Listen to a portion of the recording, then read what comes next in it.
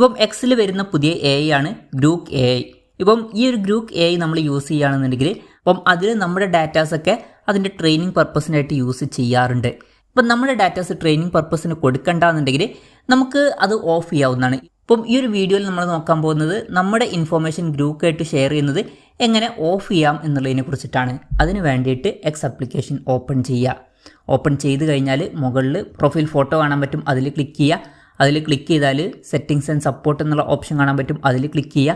അതിൽ ക്ലിക്ക് ചെയ്താൽ settings and privacy എന്നുള്ള ഓപ്ഷൻ കാണാൻ പറ്റും, അതിൽ ക്ലിക്ക് ചെയ്യുക. അതിൽ ക്ലിക്ക് ചെയ്താൽ പ്രൈവസി ആൻഡ് സേഫ്റ്റി എന്നുള്ള ഓപ്ഷൻ കാണാൻ പറ്റും, അതിൽ ക്ലിക്ക് ചെയ്യുക. അതിൽ ക്ലിക്ക് ചെയ്തിട്ട് താഴത്തോട്ട് സ്ക്രോൾ ചെയ്യുന്ന സമയത്ത് നമുക്ക് group and third party collaborators എന്നുള്ള ഓപ്ഷൻ കാണാൻ പറ്റും, അതിൽ ക്ലിക്ക് ചെയ്യുക. അതിൽ ക്ലിക്ക് ചെയ്യുകയാണെന്നുണ്ടെങ്കിൽ ഇവിടെ നമുക്ക് allow your public data as well as your interactions, input and result with Grook and XAI to be used for training and fine tuning എന്നുള്ള ഒരു ഓപ്ഷൻ കാണാൻ പറ്റും. അത് ചിലപ്പോൾ ഓണായിട്ടായിരിക്കും കിടക്കുന്നുണ്ടാവുക. ഇപ്പോൾ നമുക്ക് നമ്മുടെ ഡാറ്റ ഗ്രൂപ്പ് അല്ലെങ്കിൽ XAI ആയിട്ട് ഷെയർ ചെയ്യേണ്ടതെന്നുണ്ടെങ്കിൽ ജസ്റ്റ് ഓഫാക്കി കൊടുക്കുക. അതിനുശേഷം നമ്മുടെ ഡാറ്റ അവർ യൂസ് ചെയ്യില്ല. അപ്പം ഇങ്ങനെ നമുക്ക് വളരെ സിമ്പിളായിട്ട് നമ്മുടെ ഡാറ്റ ഗ്രൂപ്പായിട്ട് ഷെയർ ചെയ്യുന്നത് നമുക്ക് സ്റ്റോപ്പ് ചെയ്യാവുന്നതാണ്. ഈ ഒരു വീഡിയോ നിങ്ങൾക്ക് യൂസ്ഫുൾ ആയി എന്ന് വിചാരിക്കുന്നു.